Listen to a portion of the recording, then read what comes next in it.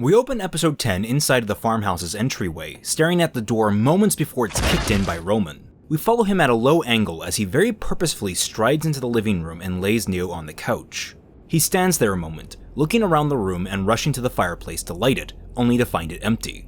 At this time, the rest of the group chaotically begins to pile in, and RWBY, still leaning on Weiss, quickly appraises the situation. She turns to the group and quickly drops into giving orders. Yang, go back out and stow your bike in the shed near the house. Uncle Crow, find a place to sit on lookout. Weiss, set me down on the stairs and clear the floor. If you find a kitchen, check for any food that might still be good. We'll need it. And Blake, scout around for firewood. Roman perks, looking at Neo before piggybacking on that order. There might be wood in the shed. RWBY nods at the suggestion and tells Blake to go with Yang. Maria up-nods towards Yang and says, Kiddo, maybe not, drawing RWBY's attention to the fact that Yang has all but slumped against the wall, barely standing and conscious. RWBY looks at her sister for a moment and her composure breaks, her face conflicted seeing her sister so weak. Maria goes to Yang and supports her, taking her to the couch. While she walks, she turns back to RWBY and says, Keep giving orders, you're doing good. RWBY composes herself and takes a moment before looking to Blake. Take Bumblebee with you to the shed. She turns to address the whole team and begins to snap her fingers while thinking aloud. Light, we're going to need light. Everyone keep your eyes out for lanterns, oil, candles, flashlights, whatever might work. From the living room, we hear Maria's voice. There's books here too! And RWBY perks at that. Paper, books, they're good for kindling. Also blankets, or anything that could pass for one. Everyone wordlessly splits to their assigned jobs, scurrying around the household to fulfill their tasks. Roman falls on the couch beside Neo, who is now bundled up with the collapsed Yang, and threads his fingers in concern before mumbling to himself bitterly, There's no place like home. We montage between different team members moving about the farm, starting with Blake as she stows Bumblebee in the cluttered shed. She notes a trailer wagon hooked up to a defunct tractor and collects a pile of wood that's been neatly stacked against one wall. With Crow, he pulls up a chair to one of the windows in an adjacent room and stares out, Harbinger at his side. Meanwhile, Weiss has already found the kitchen and begun scrounging around. There's a kettle with water still inside, and after a quick, unpleasant sniff test, she determines it to be stagnant. More of note, she finds the dinner table still set for 3 people, cobwebs linking all the glasses. There's not much else of note beyond a dusty liquor cabinet and a number of shoes in the mudroom offshooting the kitchen. The latter catches Weiss's attention, narrowing her brows at them, but she continues searching for supplies. We fade away as time passes and pick up from the inside of the fireplace just as it is lit, and our cast is gathered around it, huddling for warmth. Yang and Neo, Sans extra layers, are now on the floor, between the fireplace and the coffee table, wearing RWBY's cloak and the tablecloth from the kitchen. Weiss helps put RWBY on the couch and sits next to her, while Maria pulls up a chair for herself. Blake is hanging up clothing on and besides the mantelpiece to dry, including Yang's arm on the brick base. Crow walks into the room, saying, Fog's rolled in. Visibility's basically nothing. RWBY quietly thanks him, telling him to sit down and warm up. Blake asks if they found anything upstairs, and RWBY replies after a pause, No, we haven't gotten to that yet. I wanted to focus on clearing the ground floor and getting a fire started first. I was waiting for everyone to come back before we go up. Weiss mentions, There's also a door to the cellar in the kitchen, but I didn't want to go down there alone. RWBY smiles. We can check it out together after clearing the second floor. Only for Crow to volunteer to do so himself. I'll check out the cellar. I'm already standing anyway.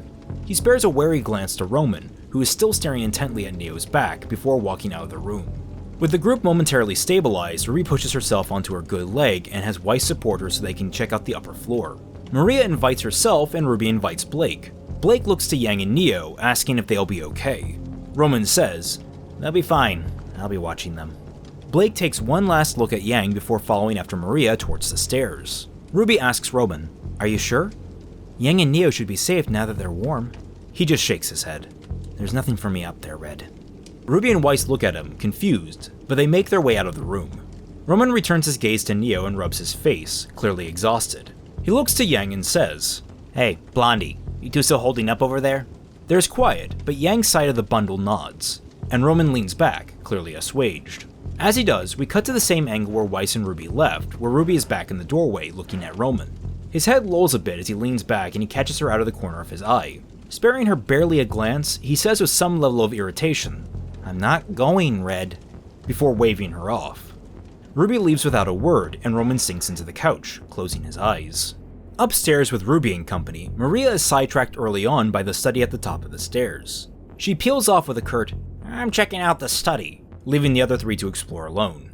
Blake forces open a door with some small amount of strain, and a blast of cold air comes out. She discovers that it was once a child's bedroom, its roof now collapsed, the floor dusted with snow and debris. Blake finds a tattered backpack by the door, having been ravaged and torn by animals eating the food inside. She finds some batteries, pockets them, then discards the backpack and closes the door. She rejoins Ruby and Weiss, who have limped over to a door at the back of the house, and Ruby points Blake to what appears to be a closet, saying there's probably blankets or something in there. She and Weiss then casually open a door to what is the master bedroom of the house, discovering the petrified corpses of the Brunswicks. Weiss gasps, and after a second to process what she's seeing, Ruby just says, very dispassionately, "Oh." Blake comes up from behind to see why the two stopped and is equally stunned to see the corpses. To Blake and Weiss's visible surprise, though, Ruby walks forward into the room, bringing Weiss with her and saying, "Set me down on the bed." Weiss is visibly uneasy about it, but Ruby insists. As she's set down, Ruby directs Weiss and Blake to search the closet and under the bed, while she herself searches the bedside table. Before she does, Ruby idly looks at the bodies and says, curious, but sad, "I wonder who they were." She turns to the nightstand and finds a framed photo on top, showing the entire residency of the farm. Ruby stares at it, brows furrowing, when Weiss asks what Ruby just said. Broken from the trance, Ruby carefully puts the picture frame face down, responding with, "Never mind. Find anything?" Blake pops out from the closet and says, "There's plenty of fresh blankets. Well, not fresh, but clean. I mean, not clean." Weiss shakes her head and says, "We get it, Blake." Weiss looks to Ruby and says, "There's a first aid kit under the bed. How about we get you downstairs and patched up?" Ruby offers Weiss a small smile, and they hobble out of the room with Blake carrying several armfuls of blankets. A special thanks goes out to all of my wonderful patrons for supporting the channel. If you like this content and want more of it, please consider supporting it. Also consider picking up my new action-adventure novel, The Artificer, which is now available for purchase on Amazon in digital and in print. With that all said, back to your regularly scheduled fixing. We cut to Crow in the kitchen, already 2 glasses deep into a bottle of whiskey, pilfered from the liquor cabinet. He pours himself another glass, downs it, and then lays his head down on the table, looking at the bottle and playing with the lip of the glass. A moment later, a reflection of Ruby flickers in the glass of the bottle. Crow blinks and pulls closer to look at it, only for Ruby and Weiss to walk into the room behind him. Ruby takes one glance at Crow and furrows her brows, angrily asking, "Weren't you going to check out the cellar?" Crow sluggishly dips his head in her direction and says with a slurred tongue, "I was exploring the liquor cabinet first, no harm, no foul." Ruby rubs her forehead, clearly exasperated with him, but Weiss pulls Ruby towards the cellar door, dryly saying to Crow, "If you're going to do that now, do it next to the fire. Just not too close, your breath might ignite." Crow rolls his eyes, grabs the bottle, and walks out of the room, leaving the glass behind.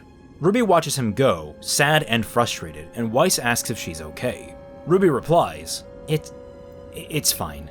We cut to a black screen which slowly peels away as Ruby and Weiss open the cellar door.